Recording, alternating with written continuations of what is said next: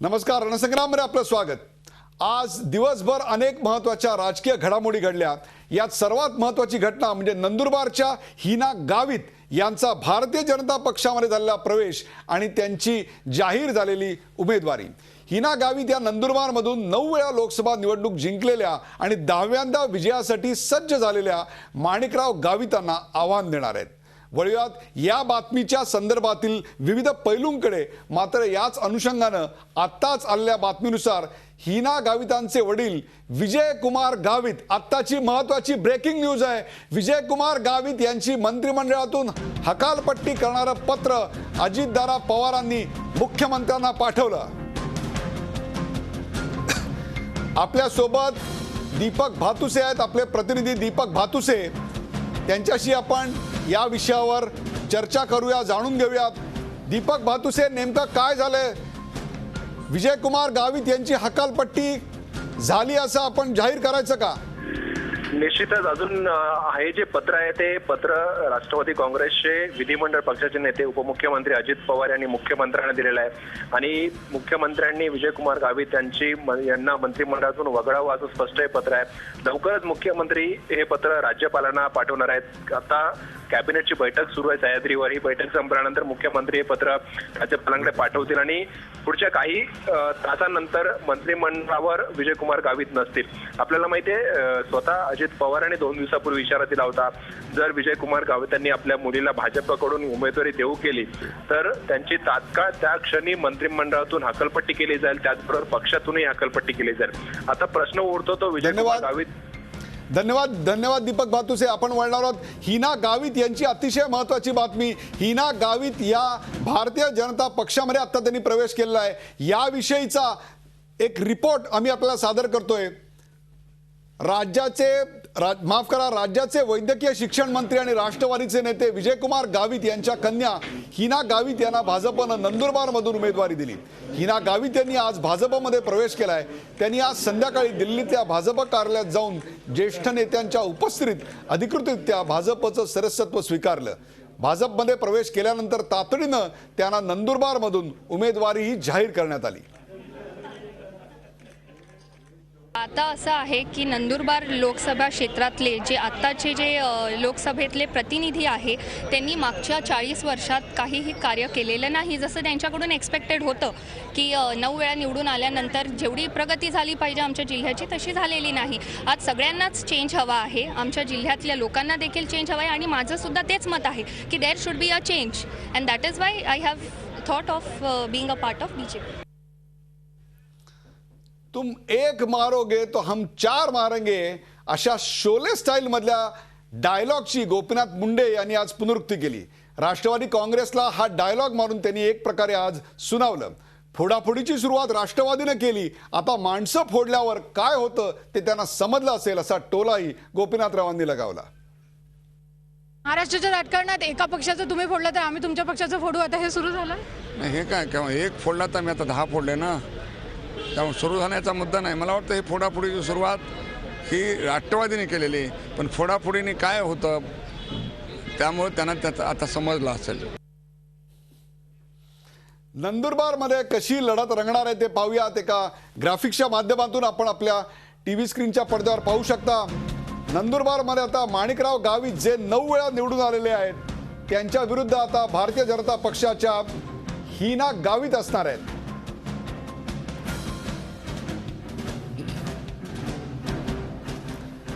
आपण पाहता आपल्या सोबत आहेत अभय देशपांडे आणि आमच्या नाशिकच्या ब्युरोमधून ज्येष्ठ पत्रकार अभिजित कुलकर्णी।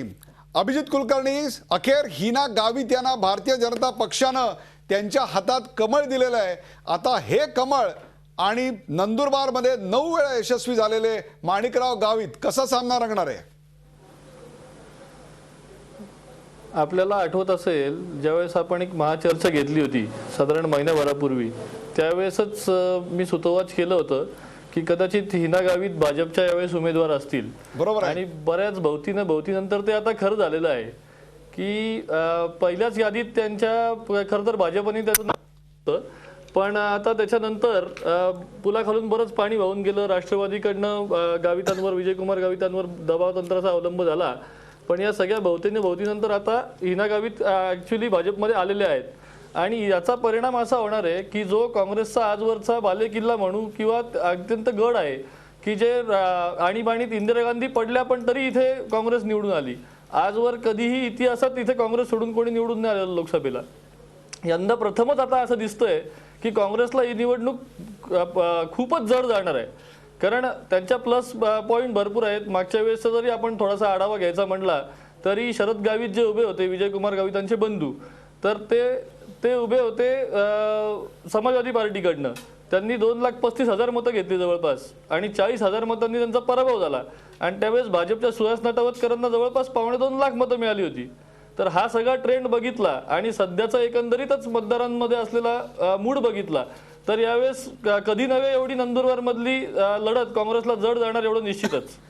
मला एक तुम्हाला प्रश्न असा विचारायचा आहे की आज डॉक्टर विजयकुमार गावित यांची सुद्धा राष्ट्रवादीचे पक्षामधील त्यांच्या मंत्रिमंडळातील सहकारी म्हणून त्यांची हकालपट्टी करण्यात आलेली आहे. त्यांची पुढची रणनीती काय असेल का ते सुद्धा राष्ट्रवादी आता सोडतील असं वाटतं आपल्याला?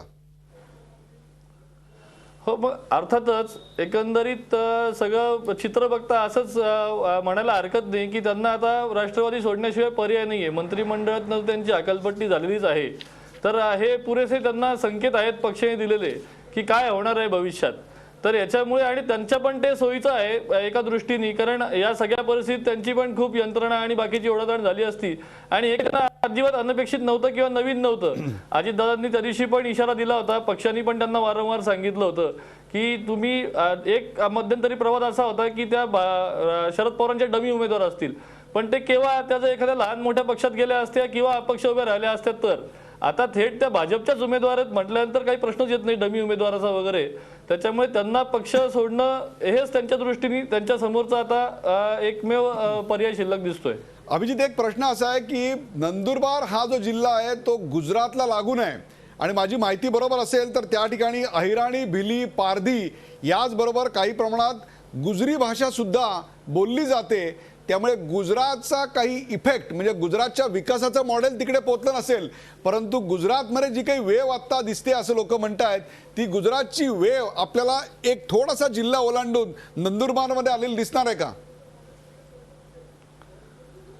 निश्चितच असं म्हणता येईल. तुमचं निरीक्षण अत्यंत बरोबर आहे की गुजरातचा इफेक्ट कितीही नाही म्हटलं आपण तरी शेजारच्या ठिकाणी आपलं पडतच असतो आणि तिथली भाषा म्हणा किंवा लोकांचे आदानप्रदान म्हणा शेजारच्या जिल्ह्यांमध्ये आणि गुजरातच्या विकासाचं मॉडेल आणि नंदुरबारचं मॉडेल याच्यात जमीन आसमानाचा फरक आहे की 40 वर्ष एकच पक्षाकडे एकाच खासदारांकडे असून सुद्धा नंदुरबार अजून अविकसित, मागास, अतिदुर्गम तो तसाच राहिलेला आहे.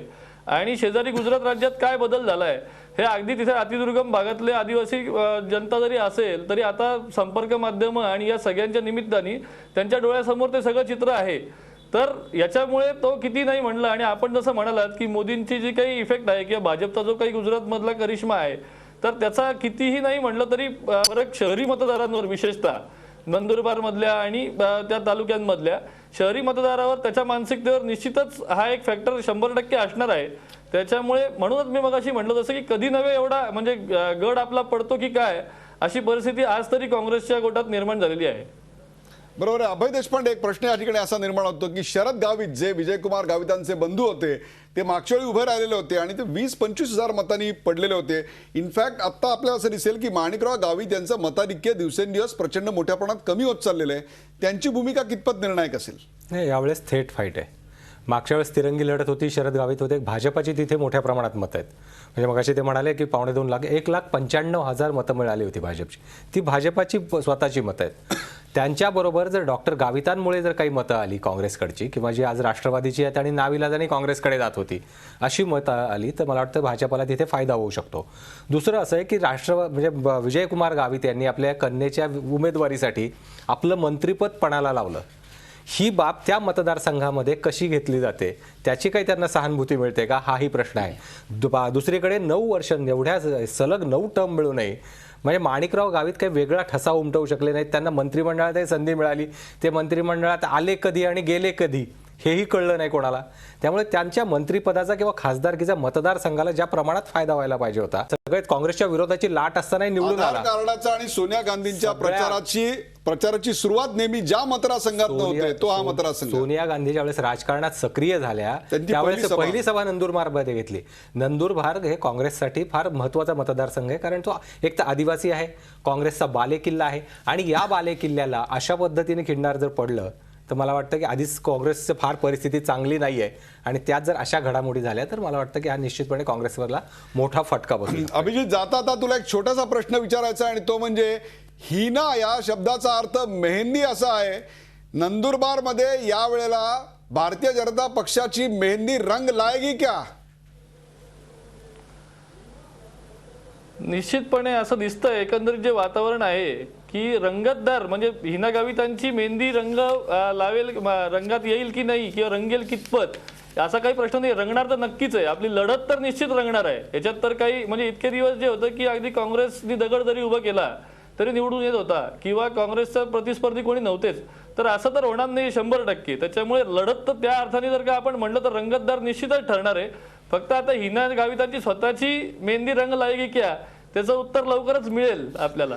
अभिजित, तुमचा संपूर्ण उत्तर महाराष्ट्राचा आणि खानदेशातला अभ्यास निव्वळ अफलातून आहे. या कार्यक्रमात आपण वारंवार सहभागी होणार आहात, या चर्चांना आपण सामोरे जाणार आहोत. या कार्यक्रमात सहभागी झाल्याबद्दल तुर्तास धन्यवाद.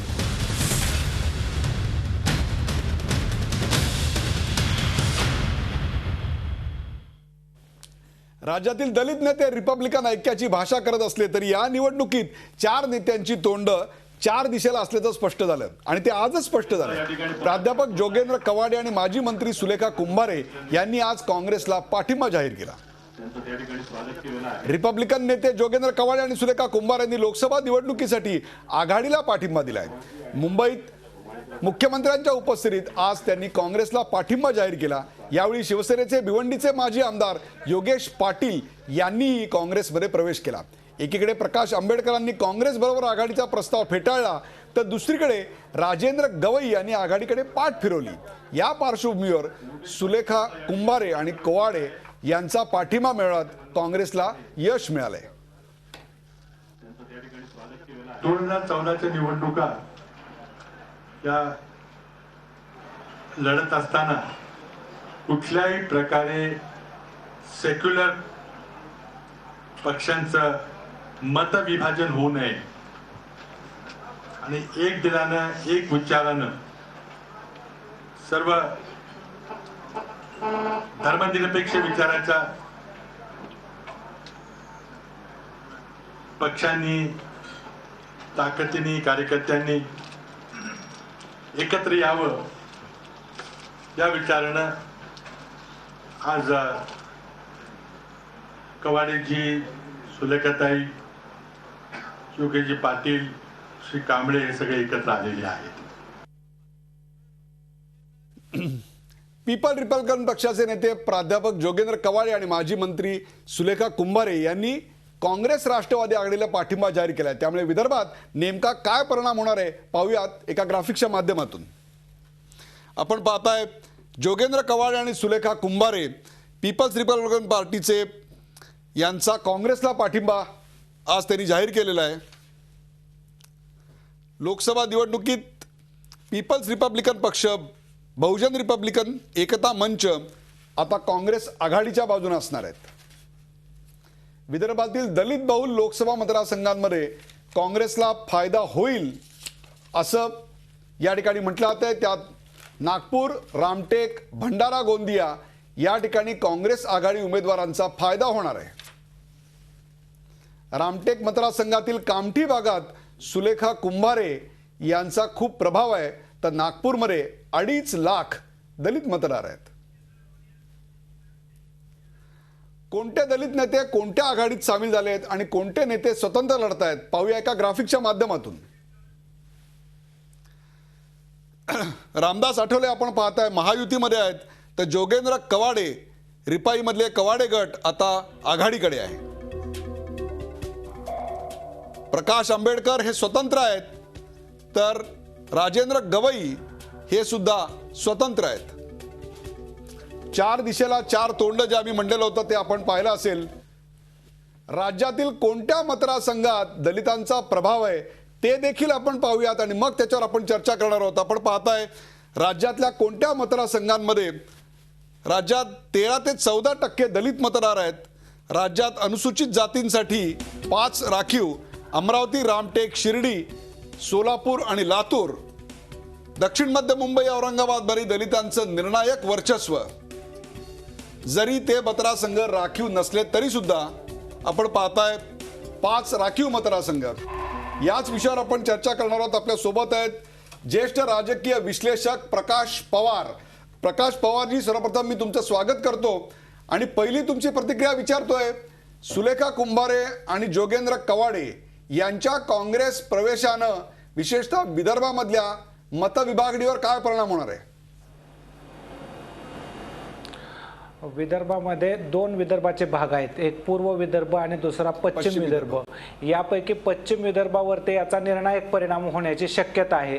परंतु त्याच्या तुलनेमध्ये ज्याला अमरावती विभाग मानला जातो त्या विभागावरती या घडामोडीचा कोणताही परिणाम होणार नाही असं दिसेल. पण अमरावतीमध्ये कुणबी, मराठा आणि मागासवर्गीय असा एक संमिश्र भाग आपल्याला दिसतो. त्या ठिकाणी कोणताही परिणाम होणार नाही असं वाटतं आपल्याला? त्या ठिकाणी परिणाम होणार नाही. याचं कारण असं आहे की गवई हे स्वतंत्र आहेत आणि गवईंना याच्या अगोदर तटस्थ राहिलेले दिसून येत आहेत. त्यानंतर दुसरा मुद्दा आहे की अकोल्यामध्ये प्रकाश आंबेडकरांची भूमिका ही निर्णायक ठरणारी आहे. या अर्थाने अमरावती, अकोला हा जो भाग आहे किंवा अमरावती रिजनमध्येच खऱ्या अर्थाने याचा परिणाम दिसणार नाही. हा परिणाम पूर्व विदर्भामध्ये दिसून येऊ शकतो, कारण पूर्व विदर्भातल्या सर्वच भागामध्ये दलितांची मतं निर्णायक ठरणारी आहेत आणि प्रभावी आहेत. परंतु याला अजून एक मर्यादा आहे, ती म्हणजे ही सर्व स्पर्धा अभिजनांमधली आहे. अभिजनांच्या व्यतिरिक्त प्रशासकीय वर्ग देखील आहे आणि तो अभिजनांपासून तटस्थ आहे दलितांमधला. तिसरा मुद्दा जो आहे तो अभिजनांपासून तटस्थ असणारा वर्ग म्हणजे ग्रामीण भागातील दलित आणि ज्यांना शहरी भागामध्ये राहतात असे गरीब दलित. हे दोन्हीही अभिजनांमध्ये बरोबर जोडले गेलेले नाहीत, कारण अभिजन हे पक्षाकडे जातात आणि तडजोडी करतात, जनतेमध्ये जात नाही असं यातून एक चित्र दिसून येतं. प्रकाश पवार, भंडारा असेल, रामटेक असेल, या दोन्ही ठिकाणी काँग्रेस आणि एनसीपी खूप स्ट्रॉंग आहे. परंतु या व्यतिरिक्त नागपूरचा जो भाग आहे त्या नागपूरमध्ये 20% बौद्ध आणि 11% मुस्लिम समाज आहे. तर रामटेकमध्ये तेली समाजाचं प्राबल्य आहे. माझी माहिती जर बरोबर असेल तर नागपूरमध्ये सुद्धा खूप मोठ्या प्रमाणावर तेली समाज आहे. या सगळ्या तिथल्या जातीय समीकरणांवर जोगेंद्र कवाडे आणि सुलेखा कुंभारे यांच्या राजकारण प्रवेशाच्या, म्हणजे काँग्रेसच्या राजकारण प्रवेशाचा नेमका काय परिणाम होईल? सुलेखा कुंभारेंचा आणि जोगेंद्र कवाडेंचा नागपूर असा विचार केला तर माझं असं म्हणणं आहे की एका सभेच्या मर्यादित क्षेत्रापुरता किंवा फार तर एखाद्या विधानसभा क्षेत्राच्या बाहेर 2-3 सर्कल पुरता हा प्रभाव पडू शकतो. परंतु टोटल लोकसभेचा मतदारसंघ फार मोठा असतो. 6 विधानसभेचे मतदारसंघ त्याच्यामध्ये आहेत. त्याच्यामुळं फार मोठा प्रभाव पडेल असं चित्र दिसणार नाही आणि तो प्रभाव दिसलाच तर तो ग्रामीण रामटेक मतदारसंघात दिसेल. तो नागपूर शहरामध्ये प्रभाव दिसायला फार मर्यादा आहेत. रणसंग्राममध्ये आपलं स्वागत. आपल्यासोबत अभय देशपांडे आहेत. अभय देशपांडे, आपण महाराष्ट्रातल्या दलित मतांचा या ठिकाणी विचार करतोय. जोगेंद्र कवाडे आणि सुलेखा कुंभारे यांनी आज काँग्रेसमध्ये प्रवेश केला, त्या संदर्भात आपली चर्चा चालू आहे. 4 असे मतदारसंघ आहेत की जे दलितांसाठी राखीव नाहीत, परंतु त्या ठिकाणी दलितांची मतं ही अत्यंत निर्णायक असू शकतात. त्याच्यामध्ये औरंगाबाद आहे, ज्या औरंगाबादमध्ये 18% मुस्लिम आणि जवळपास 16% दलित मतं आहेत. नागपूरमध्ये 11% मुस्लिम आणि 20% बौद्ध आहेत. तर दक्षिण मध्य मुंबईमध्ये 50% आपण पाहतोय झोपडपट्ट्यांमध्ये बहुसंमिश्र अशा प्रकारची आपल्याला संस्कृती दिसून येते. तर बुलढाणामध्ये 50% आपल्याला जे माळी आणि मराठा समाजामध्ये विभागलेले दिसतात. या सगळ्या समीकरणांवर या प्रवेशाचा नेमका काय परिणाम होणार आहे? एक आहे की महाराष्ट्रामध्ये मुंबईपासून रामटेकपर्यंत किंवा गडचिरोलीपर्यंत प्रत्येक मतदारसंघात दलित मतांचा प्रभाव आहेच आहे. त्याचं प्रमाण काही म्हणजे कमी जास्त असू शकतं. परंतु यातही दलितांमध्ये जो नवबौद्ध मतदार आहे तो रिपब्लिकन पक्षाच्या 4 गटांमध्ये विभागला गेला आहे. म्हणजे आधीच तो वेगवेगळ्या पक्षात विभागला गेला आहे आणि जो रिपब्लिकन पक्षाकडे आहे तोही 4 गटात विभागला गेला आहे. मगाशी म्हणाले ते बरोबर आहे की पूर्व विदर्भामध्ये जोगेंद्र कवाडे आहेत किंवा सुलेखा कुंभारे आहेत, यांची पूर्व विदर्भामध्ये तिथे निश्चितपणे त्यांचा इम्पॅक्ट आहे आणि त्यांचं काँग्रेसबरोबर येणं हे मला वाटतं काँग्रेसला त्या भागापुरतं निश्चित फायदेशीर ठरणार आहे. कारण रामटेक सारखी जागा किंवा नागपूरची जागा, नागपूरला जिथे आज गडकरींच्या उमेदवारीमुळे एक वेगळा रंग आला आहे त्या निवडणुकीला, इव्हन रामटेकची जागासुद्धा आज अडचणीत होती. या कवाडे यांच्या आघाडीत येण्यामुळे या दोन्ही जागांवर काँग्रेसला थोडाभर नक्की ॲडव्हान्टेज मिळणार आहे. अमरावती रिजनमध्ये गवई यांचा इम्पॅक्ट फक्त अमरावतीपुरता मर्यादित असला तरी प्रकाश आंबेडकर अकोला आणि आजूबाजूच्या भागात त्यांचा इम्पॅक्ट आहे. त्याचप्रमाणे रामदास आठवले त्यांचा मराठवाड्यामध्ये विशेषतः नामांतराची चळवळ झालेला जो भाग आहे त्या भागामध्ये त्यांचा जास्त आठवले यांचा प्रभाव दिसतो. तर या 4ही गट शक्यतो कधी एकत्र येताना दिसत नाहीत. हा प्रयोग शरद पवारांनी 98 साली यशस्वी केला होता आणि त्यावेळी हे 4ही नेते ज्यांची आपण नावं घेतली म्हणजे त्यावेळेस रासू गवई, प्रकाश आंबेडकर, रामदास आठवले आणि जोगेंद्र कवाडे हे 4 खासदार निवडून आले होते. परंतु त्यानंतर दुर्दैवाने अशी मोठ बांधता आली नाही काँग्रेसला. त्यामुळे प्रत्येक वेळेस एक गट त्यांच्याकडे आला तर दुसरा गट जातो. आज आठवले त्यांच्याकडून महायुतीत गेल्यानंतर आणि प्रकाश आंबेडकरांसाठी त्यांनी बरेच प्रयत्न केले. प्रकाश आंबेडकरांना त्यांनी मतदारसंघ सोडण्याची तयारी सगळी दाखवली तरी ते शक्य झालं नाही, ते बरोबर आले नाही. तर गवईंनी वेगळा मार्ग स्वीकारला. अशा वेळेस रिपब्लिकन पक्षाचा एक गट आपल्याकडे असावा याच्यासाठी त्यांचा बराच प्रयत्न चालू होता आणि त्यात मला वाटतं ते आज यशस्वी झालेत आणि याचा नक्की परिणाम होईल. काँग्रेसला त्याचा काही प्रमाणात का होईना फायदा होईल. मला एक छोटासा प्रश्न विचारता आहे प्रकाश पवार तुम्हाला, विदर्भामध्ये नेमकं कोणतं वाक्य खरं ठरणार? गवई गीत गाणार का, कवाडे मतांची कवाडं उघडणार का मतांचा प्रकाश नेमका पडणार आहे का महायुतीचं कमळ या सगळ्यावर खिळणार आहे? मला असं वाटतं की या सर्व प्रोसेसमध्ये प्रकाश आंबेडकर हे त्यांचा मतदारसंघ जपतील. परंतु दुसरा मुद्दा जो आहे तो म्हणजे अमरावतीबद्दलचा. अमरावतीमध्ये खुद्द गवई हे कधीही दलितांचे नेते म्हणून सातत्याने प्रसिद्ध पावलेले नाहीत. ते तिथल्या श्रीमंत मराठ्यांबरोबरचेच नेते किंवा तशाच पद्धतीची त्यांची प्रतिमा राहिलेली आहे. राहिला आता पूर्व विदर्भातला प्रश्न, तर पूर्व विदर्भामध्ये फार तर रामटेक मतदारसंघापुरताच फक्त माझा असा अंदाज आहे की जो कवाडेंचा प्रभाव किंवा सुलेखा कुंभारेंचा प्रभाव दिसून येईल. नागपूरमध्ये मात्र जरी दलित वोटिंग जास्त असलं तरी सुद्धा भाजपचा तो बालेकिल्ला आहे आणि तिथं फार काय मोठा याचा प्रभाव दिसणार नाही. परंतु ज्या भागामध्ये जहाडी भागामध्ये दलितांची मतं मोठी आहेत तिथं मात्र काँग्रेसला आणि राष्ट्रवादी काँग्रेसला काही प्रमाणात थोडीशी मदत होऊ शकते. या व्यतिरिक्त या घटनेचा इतरत्र परिणाम काय दिसणार नाही असं मला वाटतं. प्रकाश पवार, या सगळ्या माहितीबद्दल धन्यवाद. प्रकाश पवार, प्रेक्षक हे अत्यंत रणसंग्राममध्ये आपलं स्वागत. देशात मोदींची लाट पसरल्याने अनेक पक्षातले संधिसाधू नेते भारतीय जनता पक्षाच्या तंबूत दाखल होताना दिसत आहेत. काँग्रेसचे नेते आणि उत्तर प्रदेशचे माजी मुख्यमंत्री जगदंबिका पाल यांनी भाजपची कास धरली. त्यांनी पक्षाध्यक्ष राजनाथ सिंग यांच्या उपस्थितीत भारतीय जनता पक्षात प्रवेश केला. ते उत्तर प्रदेशातल्या डुमरीगंजचे खासदार आहेत. याच मतदारसंघातून ते भाजपच्या तिकिटावर लढण्यासाठी इच्छुक देखील आहेत. मात्र स्थानिक भाजप कार्यकर्त्यांनी त्यांच्या उमेदवारीवर नाराजी व्यक्त केली. तर दुसरीकडे अभिनेत्री किरण खेर यांना भाजपनं चंदीगडमधून निवडणुकीच्या मैदानात उतरवलं.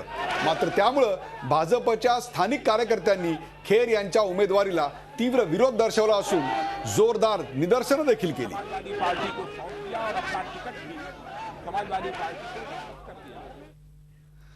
भाजपमध्ये इतरही अनेक ठिकाणी लादलेल्या उमेदवारांमुळे नाराजी पसरली आहे. कोणते आहेत ते उमेदवार आणि कोणते आहेत ते मतदारसंघ पाहूया ग्राफिक्सच्या माध्यमातून. व्ही.के. सिंग यांना गाझियाबाद मधून लादलं गेल्याची भावना भारतीय जनता पक्षाच्या कार्यकर्त्यांमध्ये आहे. तर आता आपण पाहिलं चंदीगडमध्ये हीच भावना किरण खेर यांच्या संदर्भात, तर डुमरियागंज जगदंबिका पाल यांच्या बाबतीत हीच भावना भारतीय जनता पक्षाच्या स्थानिक कार्यकर्त्यांच्या नेतृत्वात आहे. राजनाथ सिंग, जिथून लालजी टंडन अनेक वर्ष निवडून यायचे, भारतीय जनता पक्षाचे माजी अध्यक्ष अटल बिहारी वाजपेयी यांचा एक काळचा मतदारसंघ, तिथून तीच भावना राजनाथ सिंग यांच्याबद्दल आपल्याला दिसून येते. भाजप सारखीच परिस्थिती काँग्रेसमध्ये निर्माण झाली आहे. नेमक्या कोणत्या मतदारसंघात कोणामुळे असंतोष आहे ते पाहूयात. अझरुद्दीन सध्याचा उत्तर प्रदेशातला मोरादाबाद मधला त्याचा मतदारसंघ सोडून आता राजस्थानमधल्या सवाई माधोपुरामधून लढणार आहे. त्यामुळे स्थानिकांमध्ये अर्थातच सवाई माधोपुरामध्ये प्रचंड मोठ्या प्रमाणात नाराजी पसरली आहे. तर केंद्रीय मंत्री CP जोशी देखील आपला भिलवाडा मतदारसंघ सोडून जयपूर ग्रामीण मधून निवडणूक लढवणार आहेत. त्यामुळे स्थानिक नेतृत्व नाराज आहे. एवढंच काय तर राष्ट्रीय जनता दलामध्ये सुद्धा लालू प्रसाद यादव यांनी आपल्या कन्येला उमेदवारी दिल्यामुळं RJD नेते रामकृपाल यादव यांनी भाजपच्या गोटात जाऊन पाटलीपुत्र मतदारसंघातून मिसा भारती यांच्याच विरोधात दंड थोपटले. आपण पाहताय मिसा भारती पाटलीपुत्र आणि रामकृपाल यादव यांचा भाजप प्रवेश. याच नाराजांच्या संदर्भात चर्चा करण्यासाठी मी तुम्हाला थेट घेऊन जातोय चंदीगडला. तिथून आपल्या सोबत आहेत आपले प्रतिनिधी विशाल अंगरीश मिश्र. विशाल अंगरीश मिश्र, इस प्रोग्राम में आपका स्वागत. किरण खेर को उम्मीदवारी मिलने से भाजपा की फैली हुई नाराजगी का परिणाम क्या होगा, क्या लगता है आपको?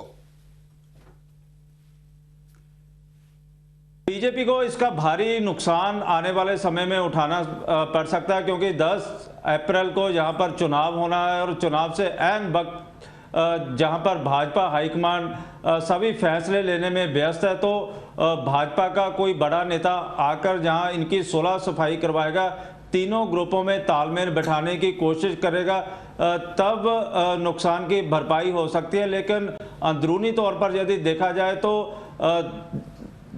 पूरी तरह जो किरण खेर के खिलाफ बगावती सुर है. बेशक कल संजय टंडन और जो सत्यपाल जैन थे किरण खेर के साथ दिखाई दिए, एयरपोर्ट से लेके कार्यालय कमलम तक, और वहां पर कार्यकर्ताओं को संबोधित किए जाने के बाद मीटिंग भी करवाई गई. लेकिन जो विरोध था, इतने सारे जो कार्यकर्ता थे काले झंडे लेकर जिस तरह किरण खेर के खिलाफ रोष कर रहे थे, तो प्रेस कॉन्फ्रेंस में भी हंगामा किया गया, कमलम के अंदर हंगामा किया गया, जिससे आप अंदाजा लगा सकते हैं कि कितनी भाजपा कार्यकर्ताओं में गुस्से में है, और इसी गुस्से का आने वाले 10 अप्रैल को वो गुस्सा निकाल भी सकते हैं, और जिसका भाजपा को सीधा सीधा नुकसान होता दिख हुए भूतपूर्व रेल मंत्री PK बंसल को भाजपा के अंदरूनी टकराव का क्या फायदा होगा, क्या लगता है आपको?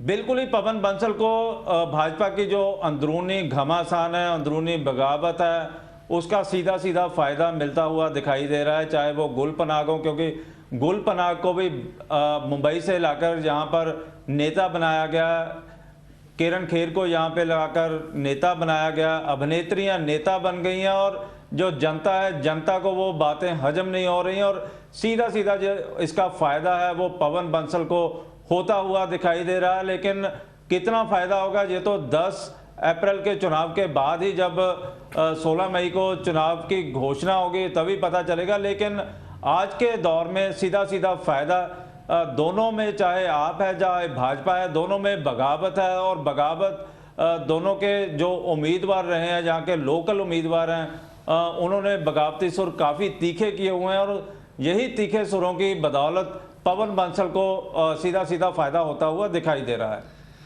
अभयजी, चंदीगडचा फैसला इतका जबरदस्त आहे. आपण चंदीगड बद्दल विशालला एक प्रश्न विचारूया. विशाल जी, एक नेता के सामने 2 अभिनेत्रियां चंडीगढ़ के मैदान में हैं. एक नेता के सामने 2 अभिनेत्रियां चंडीगढ़ के मैदान में हैं.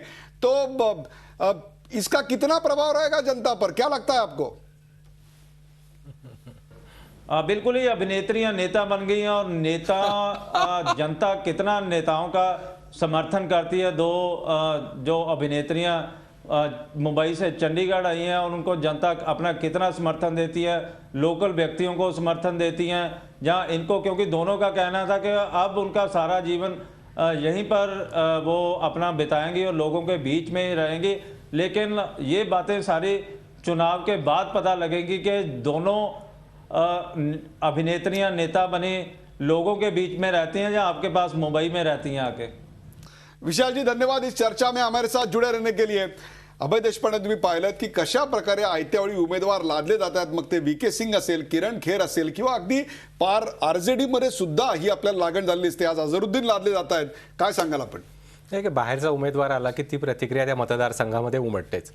म्हणजे ती प्रतिक्रिया साधारण असते, फक्त ती किती काळात ते जे वातावरण तयार होतं ते निवळण्यासाठी त्या पक्षाच्या नेत्यांना किती यश मिळतं याच्यावर पुढचं अवलंबून असतं. मला वाटतं की भाजपाने असं गृहीत धरलं की आता यावेळेस सगळीकडे मोदींची लाट आहे आणि आपण आता जे उमेदवार देऊ ते उमेदवार लोक स्वीकारतील असं ते समजत आहेत. परंतु ह्या मतदानाचं यावेळेस हे पहिल्या टप्प्यात होणारं मतदान आहे 10 तारखेचं, त्यामुळे फार वेळ मिळणार नाही राजकीय पक्षांना लोकांची नाराजी दूर करण्यासाठी. परंतु लाट किती आहे आणि ते स्वीकारणार का? बरं, कार्यकर्त्यामध्ये असतं ऐन वेळेला उमेदवार कुठून आला, म्हणजे मागच्या वेळेस आपण कालच चर्चा केली लातूरची. लातूरमध्ये ज्यावेळेस बाहेरचा उमेदवार आला, जयंतराव आवळे बाहेरचे उमेदवार आले, त्याची रिॲक्शन त्यावेळेस आली होती आणि विलासरावांना खूप परिश्रम घ्यायला लागले होते. तीच पद्धत आता सगळीकडे दिसते आपल्याला. मला थेट प्रश्न विचारायचा तो म्हणजे आता अशी परिस्थिती आहे का की कुठल्याही उमेदवाराला जर आता मोदींचा स्पर्श झाला किंवा कमळाचा स्पर्श झाला तर तो निवडून येईल अशी परिस्थिती विंध्याचलाच्या वरती, विंध्याचलाच्या खाली कर्नाटका, आंध्रा, तमिळनाडू आणि केरळामध्ये म्हणत नाही, परंतु त्याच्यावरती विशेषतः यूपी, बिहार, राजस्थान, गुजरात, मध्य प्रदेश या ठिकाणी अशी परिस्थिती आहे का? किंवा हरियाणा, हिमाचल? उत्तर प्रदेशाच्या निवडणुकीमध्ये निश्चितपणे मोदी फॅक्टर आहे. मोदी फॅक्टर प्रमाणेच तिथे आता बऱ्याच दिवसांनी ओबीसी फॅक्टर एक फार कार्यरत झालाय उत्तर प्रदेश आणि बिहारमध्ये. यावेळी आतापर्यंत ओबीसी मधल्या ज्या सबकास्ट आहेत त्या वेगवेगळ्या विखुरलेल्या गेल्या होत्या. यावेळेस पहिल्यांदा भाजपाला त्या एकत्र आणण्यात काही प्रमाणात यश आलंय. मग आता त्याचं मतांमध्ये किती रूपांतर होतं ते आपल्याला कळेल. परंतु लाट अशी नाही आहे की आम्ही कोणी देऊ उमेदवार, म्हणजे इंदिरा लाट आपण पूर्वी उल्लेख करतो की त्यावेळेस कोणी उमेदवार दिला तरी अशा प्रकारे उमेदवार लादणं, त्यामुळे लाट नसल्यामुळे काहीसं अंगाशी येऊ शकतं. राज्यातील अनेक मतदारसंघांमध्ये अशा प्रकारचे उमेदवार लादण्यात आलेले आहेत. अमरावतीमध्ये अपक्ष आमदार रवी राणा यांच्या पत्नी नवनीत कौर यांना आयात करून राष्ट्रवादीने उमेदवारी दिली आहे. तर रावेरमध्येही काही काळ काँग्रेसच्या छायेत असलेले विधान परिषदेचे आमदार मनीष जैन यांनाही राष्ट्रवादीनं उमेदवारी दिलेली आहे. आपल्यासोबत अखिलेश हळवे आहेत, आमचे नागपूरचे प्रतिनिधी अखिलेश हळवे आहेत. त्यांना आपण अमरावतीबद्दल विशेषतः प्रश्न विचारणार आहोत. अखिलेश, अमरावती ही कापसाची फार मोठी बाजारपेठ आहे, परंतु त्या ठिकाणी उमेदवार बाहेरचा आलेला आहे. त्या संदर्भात तिकडे काही नाराजी आहे? काय वातावरण आहे आता अमरावतीमध्ये? खरं आहे सर, आणि खूप मोठ्या प्रमाणात नाराजी आहे. कारण जर का आपण पूर्ण अमरावतीचा विचार केला तर मागच्या निवडणुकीत राजेंद्र गवई निवडणुकीला उभे होते आणि सुमारे 35,000 मतांनी ते हारले. जवळपास 2.5 लाख मतं त्यांनी घेतली होती. त्यामुळे यावेळेला जेव्हा निवडणुकीकरता उमेदवाराचा प्रश्न आला तेव्हा राजेंद्र गवईंना राष्ट्रवादी काँग्रेसने त्यांच्या पक्षाच्या चिन्हावर उभा करण्याची ऑफर दिली होती, पण त्यांनी ती नाकारली आणि त्यामुळे राष्ट्रवादी काँग्रेसला दुसरा उमेदवार शोधावा लागला आणि त्यावेळी नवनीत कौर राणांचं नाव पुढे आलं. खरं तर एकूण जर का पूर्ण अमरावतीचा विचार केला तर कुठलाही प्रभावी किंवा लोकप्रिय नेताच राष्ट्रवादी काँग्रेसकडे नाही, हे अतिशय खरं आहे. पण त्या तुलनेत नवनीत कौर यांचा कुठेतरी ग्लॅमर कोशंट आहे आणि म्हणून त्यांना उमेदवारी देण्यात आली. पण याचा मोठा फटका राष्ट्रवादी काँग्रेसला बसू शकतो, कारण मोठ्या प्रमाणात नाराजी सध्या आहे आणि पुढे देखील कायम राहील.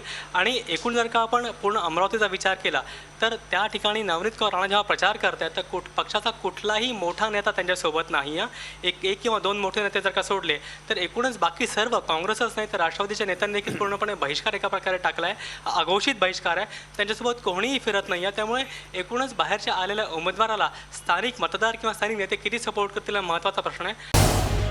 झी 24 तास रहा एक पाऊल पुढे.